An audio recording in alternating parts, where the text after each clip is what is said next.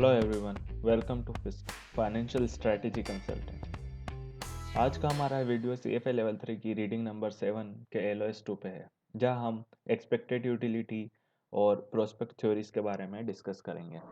तो सबसे पहले बात करते हैं यूटिलिटी मैक्सिमाइजेशन के बारे में और काउंटर पॉइंट जो है इसके उसके बारे में कि क्या होता है कि आपने इकोनॉमिक्स अगर पढ़ी है तो आपको इंडिफरेंस कर्व के बारे में पता होगा। अगर आपने नहीं पढ़ी है तो उसके बारे में हम वैसे भी आगे डिस्कस करने वाले हैं।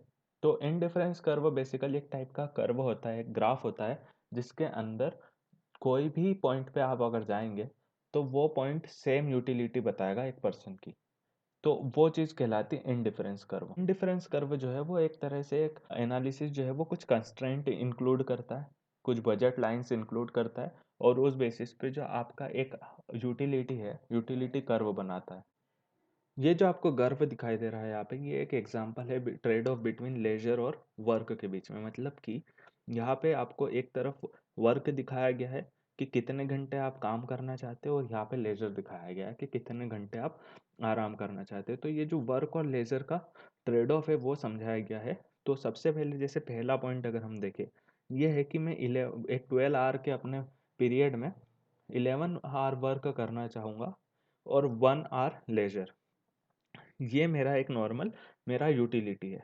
अब ये यूटिलिटी अगर मैं कैसे मतलब इसको ट्रेड ऑफ कर सकता हूँ, तो मैं ट्रेड ऑफ क्या करूँगा कि मैं 5 घंटा वर्क को कम कर सकता हूँ अगर मुझे उसके बदले में 3 घंटे कोई लेजर एक्टिविटी करने को मिल जाए। तो यहाँ पे मतलब क्या हो जाएगा, मेरा 6 आवर्स वर्क और 4 आवर्स लेजर एक्टिविटी हो जाएगी। तो ये एक ट्रेड ऑफ हुआ। अब इतना लेजर आपने कर लिया तो नेक्स्ट टाइम आप जब लेजर करने की सोचें, थोड़ा आपका नीड है वो, मतलब आपको एक बेटर डील चाहिए होगी।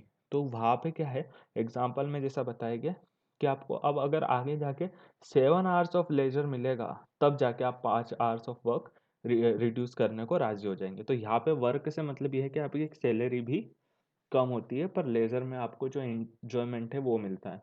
तो आप क्या चीज़ चूज़ करेंगे? तो जब आपके पास सिर्फ 1 घंटे लेज़र था, आप 11 घंटे काम करने के इच्छुक थे ताकि आपको पैसा अच्छा मिले। फिर आपको अगर कहा गया कि आपको 3 घंटे और आराम करने को, लेज़र करने को मिल सकता है, अपनी जो मनचाही एक्टिविटीज़ है वो करने को मिल सकती है। तो उसको देख के वो पर्सन ने 5 घंटे वर्क ट्रेड ऑफ कर दिया।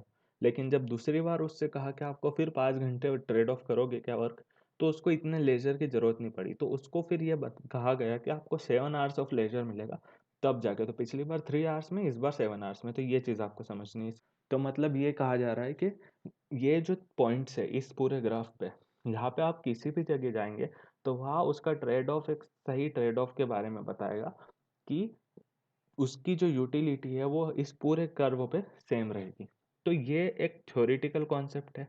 ये जो कॉन्सेप्ट है, ये जो यूटिलिटी थ्योरी का कॉन्सेप्ट है इंडिफरेंस कर्व का, ये वैसे तो सही है, बट यहाँ पे क्या है कि बहुत सारे अदर फैक्टर्स जो होते हैं, जैसे कि रिस्क एवर्जन है, कितना उसकी सैलरी है जिसकी वजह से, फॉर एग्जांपल एक पर्सन है जो बहुत कम कमाता है, उसके लिए उसके अंदर से वो वर्क का अगर वो आवर्स रिड्यूस करेगा, जैसे आप मान लीजिए किसी की सैलरी है पर डे 1000 रुपीज़ या 1100 रुपीज़, तो उसके लिए वो 500 रुपीज़ कम करके 600 रुपीज़ पे आना उतना ज़्यादा उसको मन नहीं करेगा। पर अगर किसी की है 50,000 80,000 रुपीज़ और उससे कहा गया कि आप थोड़े पैसे कम कर दो अपने इसमें से, पर डे की बता रहा हूँ इतने ज़्यादा रुपए, तो उसके लिए ये चीज़ ईजी हो जाएगी। मतलब ये एक बहुत ज़्यादा डिपेंड करता है कि आपका रिस्क एवर्जन क्या है, आपकी पे ऑफ कितना मिल रहा है, आपको पे आउट कितना मिल रहा है, और अलग अलग मतलब आपकी इंटरेस्ट क्या है।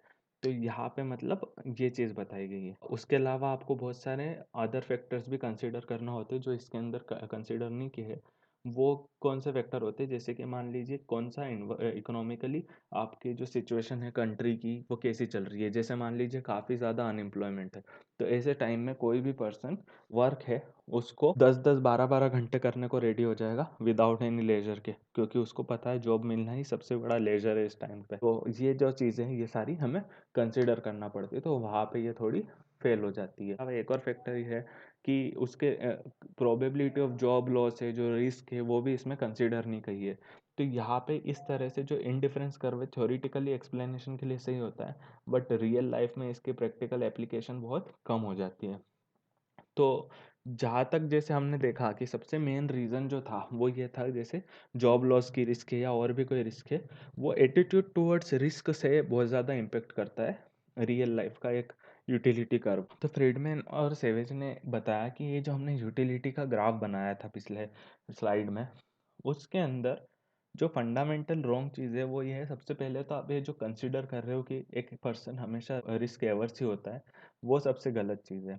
वो अलग अलग पॉइंट पे अलग अलग बिहेवियर शो कर सकता है, जैसे कि वो अगर लॉटरी टिकट वगैरह खरीद रहा है तो वह उसका रिस्क सीकिंग बिहेवियर है। अगर वो नॉर्मल जगह जा रहा है, नॉर्मल जो उसका इन्वेस्टमेंट है किसी भी चीज़ में, वो रिस्क एवर्स है।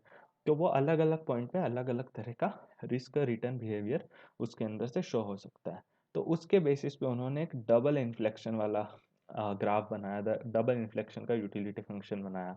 तो आप यहाँ पे जैसे देख सकते हैं, इस यूटिलिटी फंक्शन में हमें बताया गया है, एक टाइम पे देखिए आप, ये जो कर्व है उसका रिस्क एवर्स बना हुआ है वो, और उसका कर्व जो है यूटिलिटी कर्व वो कॉनकेव है, और दूसरे पॉइंट्स पे वो रिस्क सीकिंग बिहेवियर शो कर रहा है और उसका यूटिलिटी कर्व कॉन्वेक्स है। उसका मतलब ये है कि रिस्क एवर्स इंसान कब तब होगा जब वो एक्चुअल में कि कोई प्रोबेबिलिटी से ज़्यादा सर्टेनिटी की को वैल्यू देगा। मतलब ये है कि जैसे कि यहाँ पे आप देखिए इस एग्जाम्पल में, ये जो एक्सपेक्टेड यूटिलिटी है, मतलब ये जो एक्सपेक्टेड यूटिलिटी इतनी आपको लेनी चाहिए, इतनी यूटिलिटी आप डिजर्व करते हैं, बट जो रिक्वायर्ड यूटिलिटी है किसी पर्सन की इस जगह ट्रेड करने की, इस जगह इन्वेस्ट करने की, वो ये है कि मुझे इतना ज़्यादा यूटिलिटी मिलेगी तब जाके मैं यहाँ पे इन्वेस्ट करूँगा।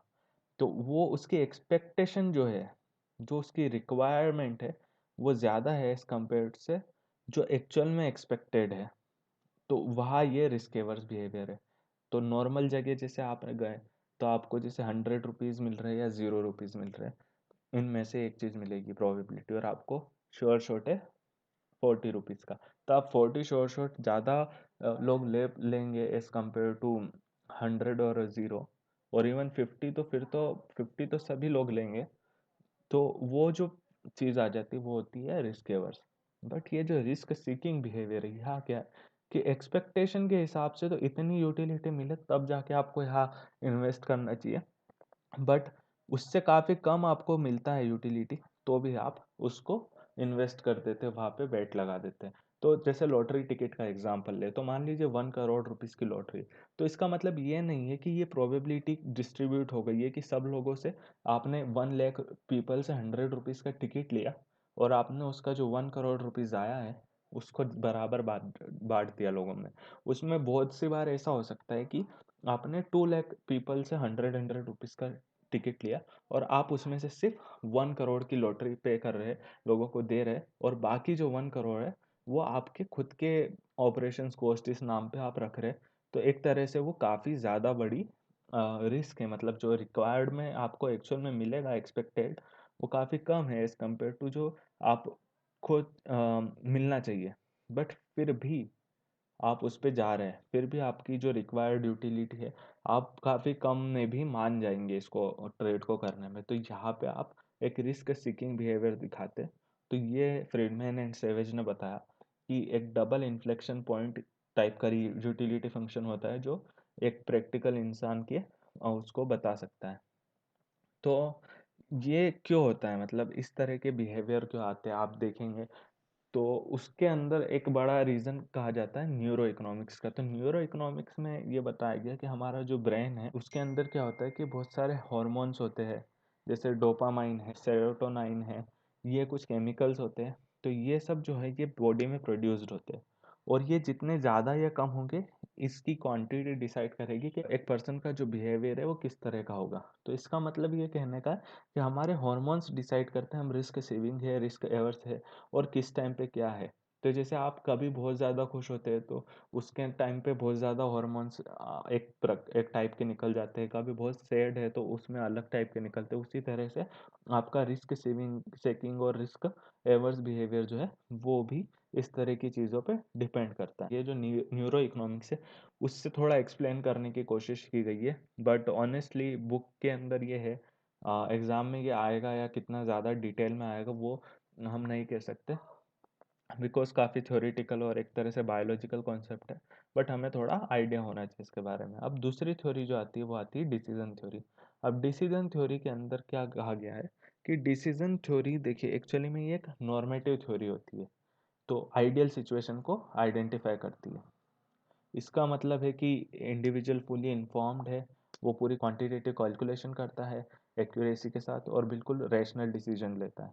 जबकि प्रैक्टिकल जो इसकी एप्लीकेशन है डिसीजन थ्योरी की वो प्रिस्क्रिप्टिव होती है। इसका मतलब आपको आइडियल पे जाना है, आपको ऐसे रियल बिहेवियर देखना है और आपको इस तरह के टूल्स और मेथड्स क्रिएट करना है जिससे आप एक बेटर डिसीजन ले पाए, आप एक आइडियल की तरफ बढ़ पाए, जो हमने पिछले वीडियो में राफास फ्रेमवर्क में देखा था। अगर आपने वो वीडियो नहीं देखा है तो प्लीज़ जाके देखिए, और इस चैनल को अगर सब्सक्राइब नहीं किया है तो प्लीज़ इसे सब्सक्राइब भी कीजिए।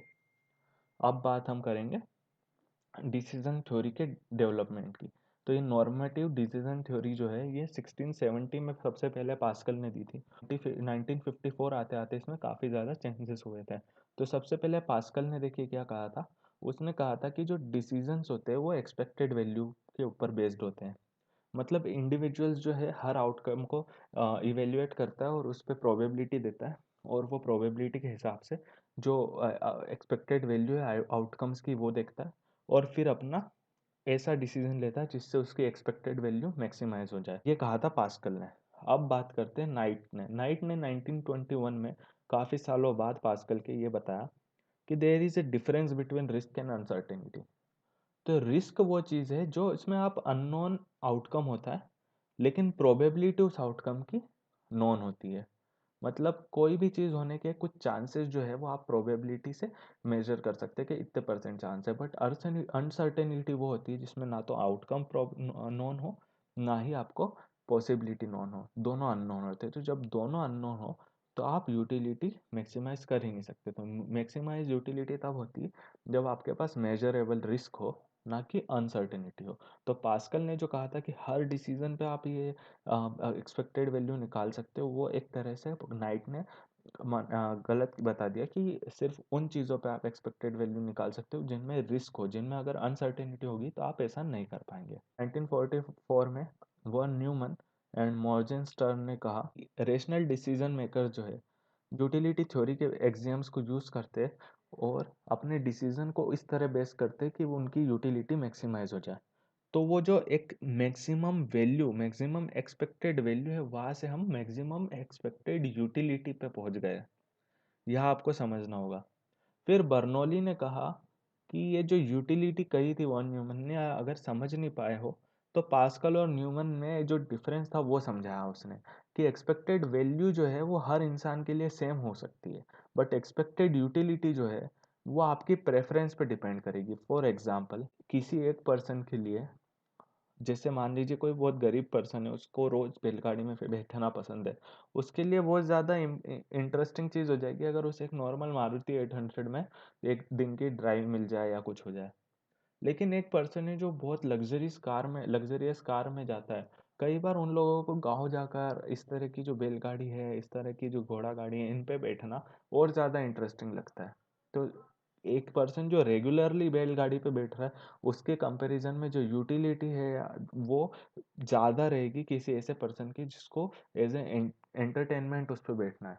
तो ये चीज़ आपको समझनी है। एक अगर ड्राइवर है मर्सिडीज का भी है, उसके लिए दिन भर कार चलाना, उसके लिए उसकी कोई यूटिलिटी नहीं होगी, बट एक नॉर्मल पर्सन है खुद की एक नॉर्मल लाइफ जी रहा है, अगर वो एक बार मर्सिडीज में बैठेगा उसके लिए वो बहुत ज़्यादा बड़ी चीज़ हो जाएगी। तो ये डिसीजन ये जो है पर्सन टू पर्सन चेंज होता रहता है, लेकिन अगर आप उसकी एक्सपेक्टेड वैल्यू देखेंगे तो वो सेम रहेगा।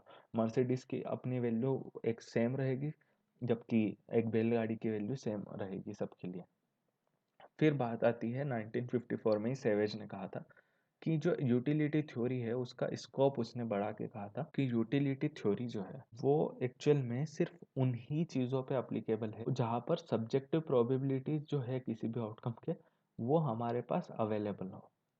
तो उसने एक तरह से सब्जेक्टिव एक्सपेक्टेड यूटिलिटी थ्योरी दी थी, जिसमें उसने कहा था जो डिसीजन मेकिंग है, आप क्या करते हैं कि एक प्रिस्क्रिप्टिव थ्योरीज जो होती है वो यूज करते हैं। मतलब आप एम्पेरिकल एविडेंस देखेंगे how people actually make decision, उसके बाद जो सब्जेक्टिव एक्सपेक्टेड यूटिलिटी थ्योरी है वो उन डिसीजंस को, उन एविडेंस को यूज करके ह्यूमन रैशनैलिटी को लिमिट कर देगी।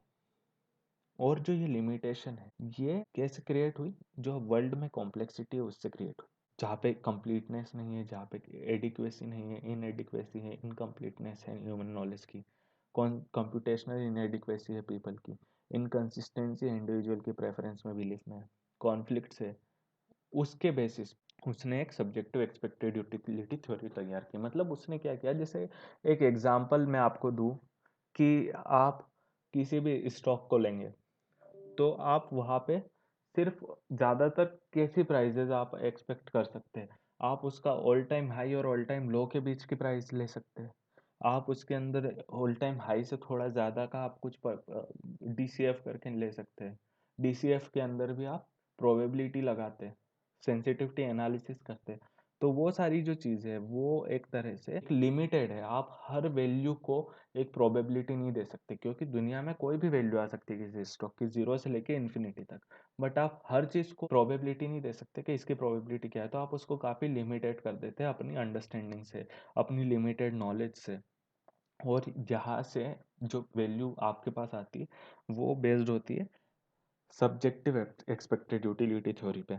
तो ये जो सब्जेक्टिव एक्सपेक्टेड यूटिलिटी थ्योरी है ये बेसिकली अभी आपको ये समझ में आ गया होगा कि ये एक लिमिटेड नॉलेज की वजह से, इनकम्प्लीट नॉलेज की वजह से, इनकी वजह से क्रिएट हुई है। तो कोई भी डिसीजन जो होगा वो आइडियल नहीं होगा, कोई भी डिसीजन परफेक्टली रैशनल नहीं होगा। और उसके बाद जो कॉन्सेप्ट्स बने हैं वो कहलाते हैं बाउंडेड रैशनैलिटी के। और भी तरह तरह की जो थ्योरीज है, प्रोस्पेक्ट थ्योरी वगैरह, तो वो हम आगे के वीडियोस में पढ़ेंगे फ्रेंड्स। इस वीडियो में सिर्फ इतना ही था।